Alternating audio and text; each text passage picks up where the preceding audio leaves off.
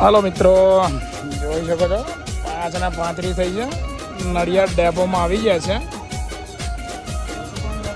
આજે થોડું ટ્રાફિક નડી ગયો એટલે ચલો મેઇન વાત કરવાની છે કે શું કરવાનું છે કે ભાઈ દુનિયાને જે કહેવું હોય કે જે થવું હોય થાય, પણ બાપુ તો રોણાની રીતે જ રહેવાના છે. બરાબર છે, જે થવું હોય થાય. આ તો લડી જ લેવું છે હવે તો. ચલો આવી ગયા છે નડિયાદ ડેપોમાં. કંટ્રોલર શ્રી બોલાવી રહ્યા છે મને, તો ચલો જઈને આવું.